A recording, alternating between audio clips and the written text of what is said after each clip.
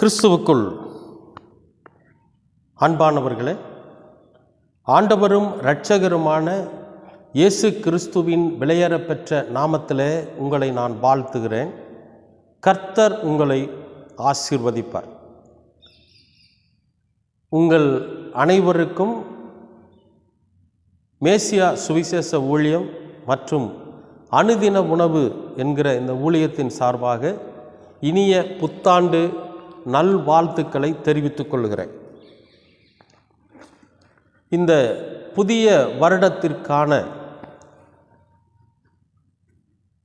கர்த்தருடைய வார்த்தை என்ன என்பதை நாம் தேடிக்கொண்டுதான் இருக்கிறோம். அநேக கர்த்தருடைய பிள்ளைகள், கர்த்தருடைய தாசர்கள் வாக்குத்தத்த வார்த்தைகளை சொல்லி நம்மை தேற்றுகிறவர்களாக இருப்பார்கள். நாமும் அதை கேட்டுக்கொண்டுதான் இருக்கிறோம்.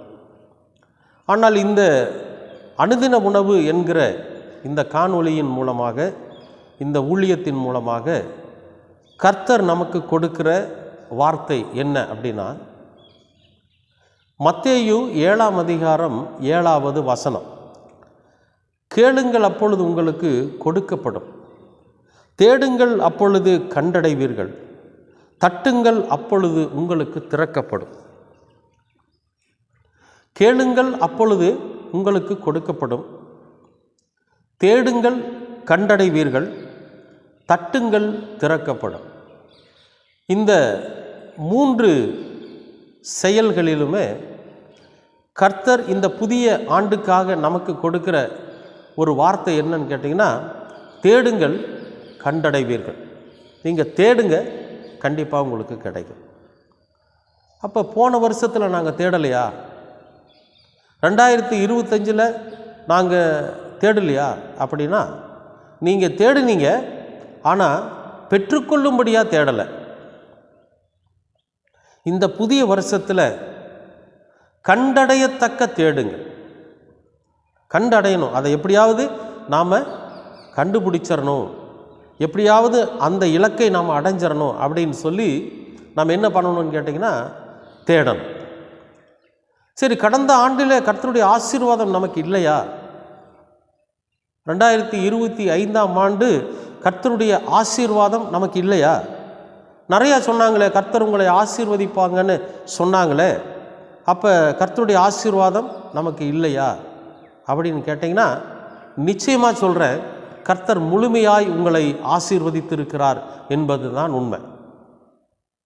என்ன அப்படின்னா, எல்லாரும் சொல்கிற விஷயத்தை நானும் சொல்கிறேன். ஒன்று, கடந்த ஆண்டு முழுவதும் ஜீவனோடு வைத்திருந்தார் இல்லையா? கிட்டத்தட்ட 365 நாட்கள் நம்மை ஜீவனோடு வச்சிருந்து இந்த புதிய வருடத்திற்காக, புதிய வருடத்தின் முதல் நாளுக்காக நம்மை அவர் காத்திருக்கும்படியாக செய்து இந்த நாளிலே அதில் நாம் பிரவேசிக்கும்படியாக செஞ்சுருக்கார். பார்த்தீங்களா? அது கர்த்தர் நமக்கு கொடுத்திருக்கிற ஒரு மிகப்பெரிய ஆசீர்வாதம். இன்னொரு ஆசீர்வாதம் என்னென்னா, இந்த 365 நாளுக்கும் ஒரு நாளைக்கு 3 வேளை. சரி, நாங்கள் 3 வேளை சாப்பிட்றது இல்லைங்க, 2 வேளை தான் சாப்பிட்றோன்னு சொல்கிறாங்க ஒரு சிலர். சரி, அப்போ 2 வேளைன்னா வச்சுக்கிடுவோம்.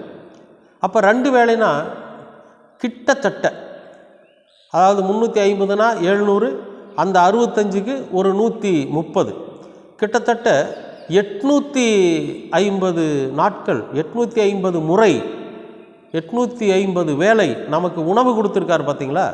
அது ஒரு பெரிய ஆசீர்வாதம். நல்லா பசிச்சிருக்கும், அந்த பசிக்கிற வேளையில் நம்ம சாப்பிடுவதற்கு உணவு கொடுத்தார். பார்த்தீங்களா? கிட்டத்தட்ட 850 வேளை. நான் இடையில சாப்பிட்டதெல்லாம் நான் சொல்ல வரல. ஒரு மனிதன் ஒரு நாளைக்கு ஒரு 3 முறை அல்லது 4 முறை சாப்பிடுவான். நம்ம 2 முறைன்னு வச்சுருக்கிறோம்.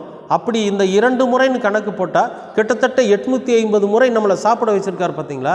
நமக்கு சாப்பாடு கொடுத்துருக்காருல்ல, அதுவே நமக்கு கிடைத்திருக்கிற ஒரு பெரிய ஆசீர்வாதம்.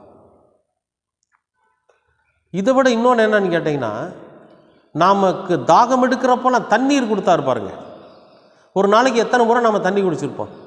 சாதாரணமாக ஒரு மனுஷன் 2 லிட்டர் தண்ணி வச்சுங்க, 2 லிட்டர் அப்படின்னு வச்சுங்களேன்.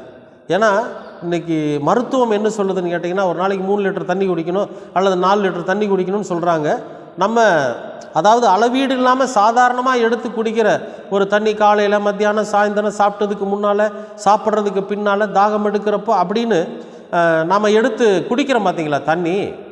அந்த தண்ணி ஒரு நாளைக்கு 2 லிட்டர் அப்படின்னு போட்டிங்கனாவே சர்வ சாதாரணமாக ஒரு 850 லிட்டர் தண்ணி கொடுத்தாரு பார்த்தீங்களா, அதுவே நமக்கு ஆசீர்வாதம். 850 லிட்டர் தண்ணி நமக்கு கொடுத்துருக்கார் குடிக்கிறதுக்கு. அது நமக்கு கிடைக்கப்பட்டிருக்கிற ஒரு மிகப்பெரிய ஆசீர்வாதம். சரி, இந்த 850 முறை சாப்பிட்டோம் பார்த்தீங்களா, இந்த சாப்பாடு நம்முடைய வயிற்றுக்களை போய் ஜீரணமாகி அது எதுக்கெல்லாம் நம்முடைய சரீரத்துக்கு தேவையான சக்திகளை எடுத்துட்டு மீதியை கழிவாக வெளியே தள்ளுவதற்கு நம்ம சிரமம் இல்லாமல் ஒவ்வொரு நாளும் சுகத்தோட நம்முடைய வாழ்க்கையில் நம்ம ஒரு கழிவுகளை வெளியேற்றணும் பார்த்தீங்களா, அதுவே நமக்கு கிடைக்கப்பட்டிருக்கிற ஒரு ஆசீர்வாதம். ஏன்னு சொல்கிறீங்கன்னா, சிக்கல் ஏற்பட்டுச்சுன்னு வச்சுங்க, உடல் உபாதைகள் ஏற்படும். உடல் உபாதைகள் ஏற்பட்டுச்சுன்னு வச்சுங்க, வியாதி ஏற்படும். வியாதி ஏற்பட்டுச்சுன்னு வச்சுங்க, நம்முடைய வாழ்க்கை பாதிக்கும். இதெல்லாம் இல்லாமல் சாதாரண கழிவு, அந்த கழிவு விஷயத்தில் கூட நம்ம கஷ்டப்படக்கூடாதுன்னு ஆண்டவர் நம்மை நல்ல பலனோடு வச்சுருக்கார் பார்த்தீங்களா. நம்முடைய சரீரத்தில் இருக்கக்கூடிய எல்லா அவயவங்களும் சரியானபடி வேலை செய்யும்படியாக கர்த்தர் வச்சுருந்தார் பார்த்தீங்களா. அதுவே நமக்கு அவர் கொடுத்திருக்கிற மிகப்பெரிய ஆசீர்வாதம். ஏற்றுக்கிறீங்களா இல்லையா சொல்லுங்கள். நான் மாய்மாலத்தையோ அல்லது மந்திரவாதத்தையோ அல்லது நம்முடைய சிந்தனைகளுக்கு எட்டாத ஒன்றையோ நான் உங்களுக்கு சொல்லலை. நிறைய பேர் அப்படி சொல்லுவாங்க, நான் அப்படி சொல்லலை. நான் மனித இயல்புகளை சொல்கிறேன், மனித வாழ்க்கையை சொல்கிறேன். ஒவ்வொரு நாளும் அன்றாடம் நம்முடைய வாழ்க்கையில் நாம் அனுபவித்து கொண்டிருக்கிற கடவுளின் ஆசீர்வாதத்தை நான் உங்களுக்கு சொல்கிறேன். இதெல்லாம் ஆண்டவர் நமக்கு கொடுத்துருக்கிற ஆசீர்வாதம் தான். எங்காவது ஒரு தூரம் ஒரு பயணிக்கிறோன்னு வைங்களேன், அந்த 365 நாளும் நம்முடைய பயணத்தில் நமக்கு முன்னும் பின்னும் இடமும் வளமுமாக இருந்து பாதுகாத்து நம்ம எப்படி புறப்பட்டோமோ அப்படியே வீடு சேருவதற்கு கர்த்தர் பலன் கொடுத்தாரு, நமக்கு பாதுகாப்பு கொடுத்தாரு பார்த்தீங்களா. அதுவே மிகப்பெரிய ஒரு ஆசீர்வாதம். அதை நீங்கள் அனுபவிச்சிங்களா இல்லையா? அப்போ ஆண்டவர் உங்களை ஆசீர்வதிச்சிருக்கார்ல. சாப்பிட்டீங்கள்ல, தண்ணி குடிச்சிங்கள்ல, சொல்லுங்கள். உங்கள் உடல் கழிவுகள் நேரத்துக்கு சரியாக போச்சுல்ல. அப்போ உங்களுடைய அவயவங்கள் சரியாக வேலை செஞ்சதில்ல. இதெல்லாமே கடவுள் கொடுத்துருக்கிற ஆசீர்வாதம் தானே, சொல்லுங்கள். அப்போ கடவுள் என்னை ஆசீர்வதிக்கலை, கடவுள் எனக்கு நன்மை செய்யலைன்னு எப்படி நாம் சொல்ல முடியும்? சரி, வேலைக்கு போகிறதுக்கு பலன் கொடுத்தாருல்ல, அது அவர் கொடுத்துருக்கிற ஆசீர்வாதம் தானே. அப்போ அந்த வேலை செஞ்சு மாதம் நம்ம சம்பளத்தை வாங்கணும், அல்லது வாரம் சம்பளத்தை வாங்கணும், அல்லது தினக்கூலி வேலைக்கு போனவங்க தினமும் சம்பளம் வாங்கினாங்க. இதெல்லாமே அவர் கொடுத்துருக்கிற ஆசீர்வாதம் தானே. ஆனால் நாம் என்ன நினைக்கிறோம் அப்படின்னா, நம்ம ஒன்றை மனசுக்குள்ளே நினச்சிட்டு இருக்கிறோம். இந்த வருஷத்தில் எங்களுடைய குடும்பத்தில் இது நடக்கணும், நடந்தால் தான் ஆசீர்வாதம் நம்ம நினச்சிட்டு இருக்கிறோம். என்ன நடக்கணும் அப்படின்னா, ஒரு பெற்றோர்கள் அப்படின்னு வச்சுங்களேன், எப்படியாவது ஒரு வீடு வாங்கணும், அல்லது ஒரு வாகனம் வாங்கணும், பையனுக்கு ஒரு கல்யாணம் பண்ணணும், பொண்ணுக்கு ஒரு கல்யாணம் பண்ணிடணும், பையனுக்கு ஒரு வேலை வாங்கணும், இல்லை பையனை ஒரு உயர்ந்த ஒரு பட்டம் வாங்கும்படியாக படிக்க வைக்கணும். இதெல்லாம் நினச்சிட்டு இருக்கிறோம் பார்த்தீங்களா. இது நிறைவேறினால்தான் இந்த ஆண்டிலே கர்த்தர் நம்மை ஆசீர்வதித்திருக்கிறார் அப்படின்னு நம்ம சொல்லுவோம்.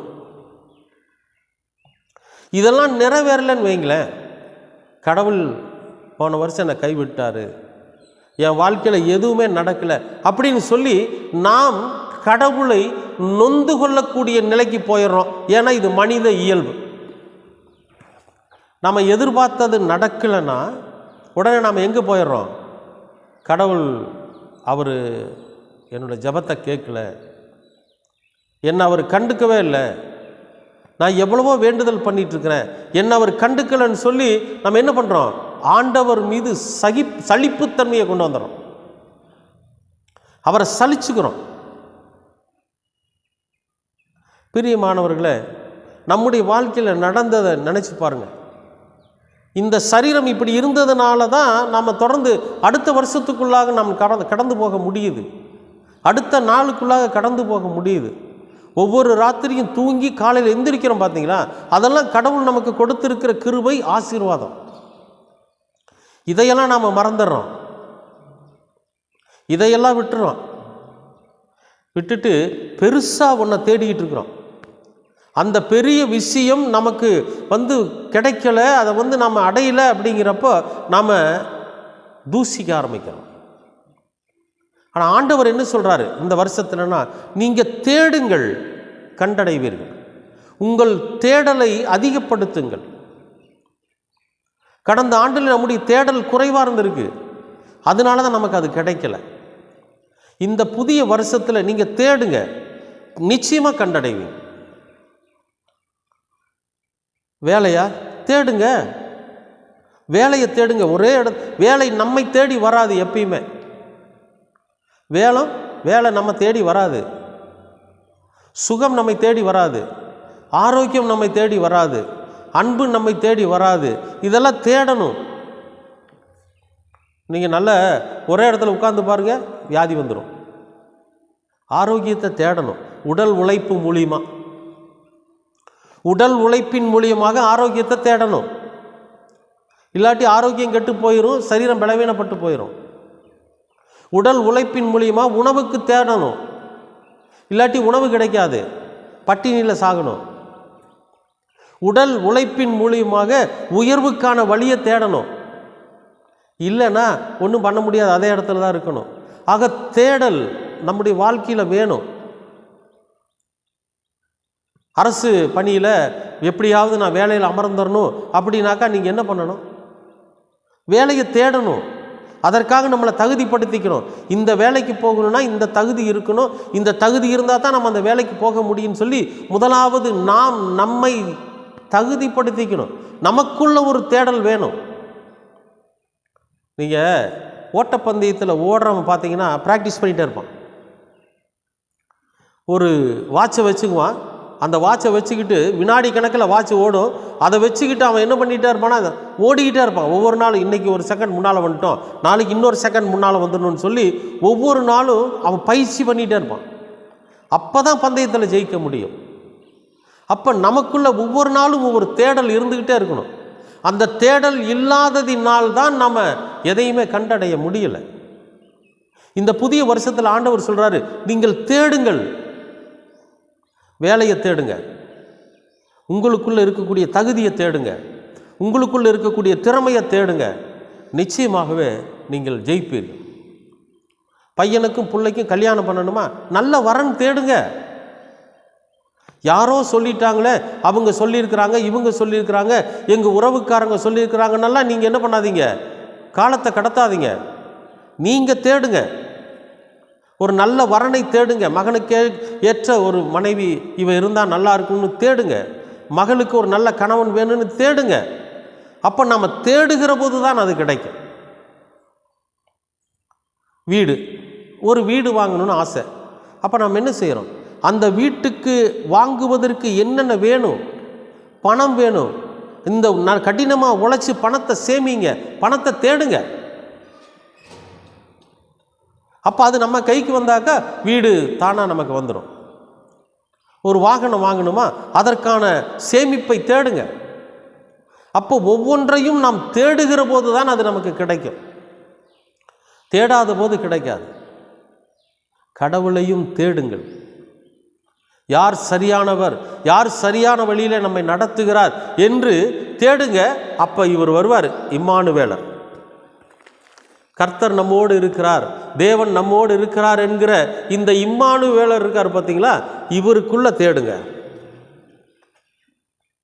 நான் எப்படி வாழணும், நான் எப்படி பேசணும், நான் எந்த மாதிரி உழைக்கணும், நான் எப்படி காத்திருக்கணும், நான் எதை தேட வேண்டும் என்று இந்த இம்மானுவேலருக்குள்ள தேடுங்க, கிடைக்கும். இந்த புதிய ஆண்டில் 2026 நீங்கள் தேடுவது நிச்சயமாக உங்கள் கைக்கு கிடைக்கும். சிலர் என்ன நினைக்கிறாங்கன்னா, நாம் பெரிய பணக்காரனாக வாழணும், ஐஸ்வர்யமாக வாழணும்னு நினைப்பாங்க. நண்பர்களே, தப்பில்லை. நாம் தகுதியை உயர்த்தி கொள்வது தவறு கிடையாது. நம் பணத்தை சேமித்து ஐஸ்வர்யவான் ஆகுவது தப்பு கிடையாது. ஆனால் அதை சரியான முறையில் நம்முடைய சொந்த உழைப்பில் நம்முடைய சொந்த ஞானத்தை பயன்படுத்தி அதை நாம் ஐஸ்வர்யவானாக மாறணும். ஒரு விஷயம் நான் உங்களுக்கு சொல்கிறேன், ஒரு உதாரணம். விமானம் உயர பறக்குது, அது என்னைக்கு இருந்தாலும் கீழே இறங்கி தான் தீரணும். ஐஸ்வர்யவான்களும் அப்படித்தான். அவன் எவ்வளவு தான் பெரிய கோடீஸ்வரனாக இருந்தாலும் பணக்காரனாக இருந்தாலும் தன்னுடைய தன்மையை விட்டு ஒரு நாள் கீழே இறங்கி தான் தீரணும். ஏன்னா அதில் இயற்கைகளும் அழிவை உண்டு பண்ணும், இயற்கையும் அழிவை உண்டு பண்ணும். மனுஷனால் கட்டுப்படுத்த முடியாத சூழ்நிலை வரும் விமான பயணத்தில். அதே மாதிரி கப்பல் பயணத்திலே அப்படி தான். மனுஷனோட கட்டுப்பாட்டுக்குள்ளேயே இருக்கும், கப்பல் கேப்டனுடைய கட்டுப்பாட்டுக்குள்ளேயே இருக்கும். இயற்கை சீற்றங்கள் வருகிற போது இவனுடைய கட்டுப்பாட்டை இழந்து நிறையா விஷயங்கள் நடந்துடும். ஏன்னா இயற்கைகளினால் அது ரொம்ப பாதிக்கப்படும். அதுதான் உலக வாழ்க்கை. நம்ம கட்டுப்பாட்டை இழந்துரும். ஐஸ்வர்யம் நமக்குள்ள வருகிற போது, பணம் நமக்குள்ள வருகிற போது, செல்வம் நம்முடைய அளவுக்கு அதிகமாக வருகிற போது நாம் கட்டுப்பாட்டை இழந்து விடுகிறோம். ஆனால் கடவுளுக்குள்ள வாழ்கிற வாழ்க்கை அப்படிங்கிறது என்னென்னா, ரயிலில் பயணிக்கிற மாதிரி. எப்படி? ரயிலில் பயணிக்கிற மாதிரி. இந்த ரயில் பார்த்திங்கன்னா தண்டவாளத்து மேலே மட்டும்தான் போகும். சரி பக்கத்தில் இருக்கிற தண்டவாளத்துக்கு போயிடலான்னு டிரைவர் தண்டவாளத்துக்கு மாற்ற முடியாது. ஏன் தெரியுமா? அதற்கென்று எந்த தண்டவாளத்தில் பயணிக்க வேண்டுமோ அந்த தண்டவாளம் ஏற்கனவே நிர்ணயிக்கப்பட்டிருக்கிறது. அது ஒரு இடத்துல போய் வழி மாறணும், வேறொரு தண்டவாளத்துக்கு போகணும்னா இவர் மாற்ற மாட்டார், அங்கே இருக்கிற ஸ்டேஷன் மாஸ்டர் மாற்றுவார். வண்டியை ஓட்டிகிட்டு போகிற பயணி அதை பைலட் அதை மாற்ற முடியாது. யார் மாற்றணும் தெரியுமா? அங்கே இருக்கக்கூடிய ஸ்டேஷன் மாஸ்டர் தான் மாற்றணும். அந்த ரயில் சரியான வழியில் போயிட்டுருக்கும், அவரோட கண்ட்ரோலில் தான் இருக்கும். அந்த மாதிரி தான் கடவுளுக்குள்ளே வாழ்கிற வாழ்க்கை. நமக்கு நியமிக்கப்பட்டிருக்கிற பாதையில் நிதானமாய் நாம் ஓடிக்கொண்டு இருக்கிற போது நாம் ஒரு சில இடங்களிலே வழி மாற வேண்டும் என்று சொன்னால் கடவுள் மாற்றுவார். கடவுள் நம்மளை மாற்றுவார். இவன் ரொம்ப நாளாக ஏழ்மைங்கிற இந்த பாதையிலேயே ஓடிட்டுருக்கிறான், இவனை கொஞ்சம் ஐஸ்வர்யவான் ஆக்கணும், இவனை கொஞ்சம் உயர்ந்த ஸ்தலத்துக்கு கொண்டு வரணும், இவனை ஒரு நல்ல இடத்துக்கு கொண்டு வரணும்னா ஒரு குறிப்பிட்ட இடத்துல நம்முடைய பாதையை மாற்றுவார் அவர். ஏன்னா எல்லாம் அவர் கையில் இருக்குது, நம்ம கையில் ஒன்றும் இல்லை. நமக்கு மாஸ்டர் அவர் தான். அப்போ நம்ம ஒன்றை தேடுகிறோம். நம்முடைய வாழ்க்கையில், நம்முடைய இந்த வருஷத்தில் நம்முடைய வாழ்க்கையில் இது நடக்கணும்னு தேடுறோம் இல்லையா? இந்த தேடலை நாம் எப்படி தேடணும்னா, கடவுள் நமக்கு நியமித்திருக்கிற அந்த வழியில் நிதானமாய் பயணித்து அந்த இலக்கை நோக்கி ஓடுவதற்கு சரியான வேகத்தில் நம்ம ஓடிக்கிட்டே இருக்கிறப்போ கடவுள் பார்த்துக்குவார். நம்முடைய பாதை மாறாது. அப்படி ஒருவேளை நம்மை பாதை மாற வேண்டும் என்று சொன்னால் நம்ம மாஸ்டர் கடவுள் மாற்றுவார், நாம் மாற்றிக்க வேண்டாம். அன்பானவர்களே, இலக்கை நோக்கி பயணிக்கணும், அங்கே போய் தேடணும். இப்போ இதுக்கு ஒரு சில காலங்கள் ஏற்படுது.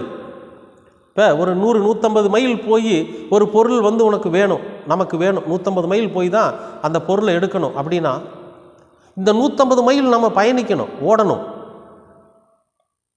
அங்கே போய் தேடணும்.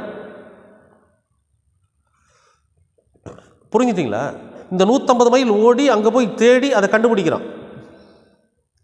ஒரே இடத்துல உட்காந்துருந்தால் அது வராது. இப்போ இந்த 150 மீட்டர் 150 மைல் நம்ம ஓடுறதுக்கான காலகட்டங்கள் பார்த்திங்கன்னா ஒரு 5 மணி நேரம் 6 மணி நேரம் ஆகுதுன்னு வச்சுங்களேன். இந்த 6 மணி நேரம் நம்முடைய உடல் உழைப்பில் ஓடி போய் பயணம் பண்ணி அங்கே போய் நம்முடைய ஞானத்தை கொண்டு தேடி அந்த பொருள் நமக்கு கிடைக்கிறப்போ அது எவ்வளவு நமக்கு விலை உயர்ந்ததாக தெரியும், எவ்வளவு மதிப்பு மிக்கதாக இருக்கும். நம்முடைய வாழ்க்கையில் அது எப்படிப்பட்ட உயர்ந்த இடத்தை பிடிக்கக்கூடியதாக இருக்குது. நினச்சி பாருங்கள். இப்போ இந்த காலகட்டங்களெல்லாம் எதுக்கு அப்படின்னா, கடவுள் எதுக்காக இந்த காலகட்டங்களை உருவாக்குகிறார்? நம்மளுடைய தேவையை பூர்த்தி செய்யக்கூடிய நாம் தேடிக்கொண்டிருக்கிற அந்த காரியம், அரசாங்க வேலையோ அல்லது மகனுடைய திருமண காரியங்களோ அல்லது வீடு வாங்குகிற காரியமோ அல்லது வாகனம் வாங்குகிற காரியமோ எப்படிப்பட்ட விஷயமாக இருந்தாலும் சரி, ஏன் கொஞ்சம் தாமதத்திற்கு பிறகு அது கிடைக்குதுன்னு சொன்னால் அது நமக்கு ஜீவ விருட்சம் போல் இருக்கணும். அதனால தான் ஒரு வசனம் சொல்கிறார், நெடுநாள் காத்திருப்பது இருதயத்தை இளைக்க பண்ணும், விரும்பினது வருகிற போதோ ஜீவ விருட்சம் போல் இருக்கும். அப்போ நம்ம தேடி தேடி தேடி தேடி தேடி நம்முடைய தேடலை அதிகப்படுத்தி அந்த இலக்கில் போய் அடைஞ்சு அங்கிருந்து அந்த பொருள் கிடைக்கிறப்போ அது நமக்கு ஜீவ விருட்சம் போல் இருக்கும். ரொம்ப பத்திரமா பார்த்துக்குவோம். நமக்கு கிடைக்கக்கூடிய விஷயத்தினுடைய முக்கியத்துவத்தை நாம் அறிந்து கொள்ள வேண்டும் என்பதற்காகத்தான் இந்த தாமதம். என்னுடைய வாழ்க்கையில் அது நடக்கலையே, என்னுடைய வாழ்க்கையில் இது நடக்கலையே, என் பிள்ளைக்கு கல்யாணம் நடக்கலையே, என் பையனுக்கு கல்யாணம் நடக்கலையேன்னு சொல்லி நீங்கள் வருத்தப்படாதீங்க. தேடுங்க, நல்ல வரன்களை தேடுங்க, நல்ல வேலையை தேடுங்க, நல்ல ஞானத்தை தேடுங்க, நல்ல படிப்பை தேடுங்க. எல்லாத்துக்கும் மேலே இம்மானுவேலர்களுக்குள்ள நம்முடைய பரிசுத்தமான ஞானத்தை தேடுங்க. இந்த புதிய ஆண்டில் கர்த்தர் நீங்கள் தேடுகிறதை கண்டடைய செய்வார். பிரியமானவர்களே, நான் ஏதோ ஒரு சொல்லணுமேன்றதுக்காக சொல்ல வரல. நான் ஆண்டவரோட சமூகத்தில் அனுதினமும் ஜெபிக்கிறது உண்டு, அனுதினமும் அவருடைய வார்த்தையை நான் தியானிக்கிறது உண்டு. நம்ம போகிறப்ப வர்றப்ப வழியிலெல்லாம் எனக்கு எப்பொழுதெல்லாம் வாய்ப்பு கிடைக்கிறதோ, எப்பொழுதெல்லாம் எனக்கு தனிமை கிடைக்கிறதோ அப்பொழுதெல்லாம் கர்த்தருடைய வார்த்தை குறித்து நான் தியானிச்சுக்கிட்டே இருப்பேன். அப்போ ஆண்டவர் எனக்கு வெளிப்படுத்துகிற ஒரு சில விஷயங்களை தான் நான் உங்களுக்கு சொல்கிறேன். நான் ஏதோ பிரம்மாண்டத்தை பற்றி சொல்லலை, ஒரு மந்திரவாதத்தை பற்றி சொல்லலை, கடவுளை ஒரு மந்திரவாதியாக உங்களுக்கு நான் அறிமுகப்படுத்தலை. நீங்கள் அழுது பாருங்கள், உங்கள் பேங்க் அக்கௌண்ட்டில் பணம் வந்து சேரும். நீங்கள் அழுது பாருங்கள், உங்கள் வீட்டுக்குள்ளே அவர் வந்து நிற்பார். இப்படியெல்லாம் கடவுளை ஒரு மந்திரவாதியாக நான் உங்கள் முன்னால் அறிமுகப்படுத்தலை. மனித இயல்பை சொல்கிறேன். ஒவ்வொரு நாளும் ஒவ்வொரு தனிப்பட்ட மனிதனுடைய வாழ்க்கையிலும் நடந்து கொண்டிருக்கிற, இனிமேலும் நடக்க போகிற விஷயத்தை தான் நான் சொல்கிறேன். அன்பானவர்களே, இந்த புதிய வருஷத்தில் நீங்கள் தேடினதை கண்டடைய போகிறீர்கள். இதுக்கு நாம் செய்கிறது என்னென்னா, நம்முடைய தேடுதலை கர்த்தர் நமக்கு நியமித்து கொடுத்திருக்கிற நம்முடைய சரியான பாதையிலே ஓடி நிதானமாய் தேடுகிற போது நிச்சயமாக கண்டடையும். மறுபடியும் உங்களுக்கு நான் இந்த புதிய வருடத்திற்கான புத்தாண்டு வாழ்த்துக்களோடு கர்த்தர் சொன்ன வார்த்தையை நான் உங்களுக்கு சொல்லுகிறேன். நீங்கள் கேளுங்கள், உங்களுக்கு கொடுக்கப்படும். நீங்கள் தேடுங்கள், அப்பொழுது கண்டடைவீர்கள். நீங்கள் தட்டுங்கள், அப்பொழுது உங்களுக்கு திறக்கப்படும். கேளுங்க, ஆண்டவரே நான் எங்கே போய் தேடட்டும்னு கேளுங்க. தேடுகிற இடத்தை கர்த்தர் காண்பிப்பார்.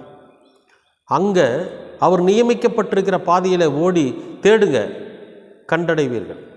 அப்புறமா கர்த்தரோட சமூகத்தில் வாசல் அண்டில் நின்று தட்டுங்க, அவர் உங்களுக்காக திறப்பார். அந்த ஆசீர்வாதம் என்கிற வீட்டில், அந்த உங்களுடைய குடும்பத்தில், உங்களுடைய ஒரு பிள்ளைகள் மத்தியில், உங்களுடைய உறவுகள் மத்தியில் நீங்கள் ஆசீர்வாதம் என்கிற அந்த அற்புதமான பாக்கியத்தோடு கூட நீங்கள் வாழ்வதை நீங்களே உணர்வீங்க. இந்த புதிய வருடத்தில் நிச்சயமாகவே நீங்கள் தேடுவதை கண்டடைய போகிறீர்கள்.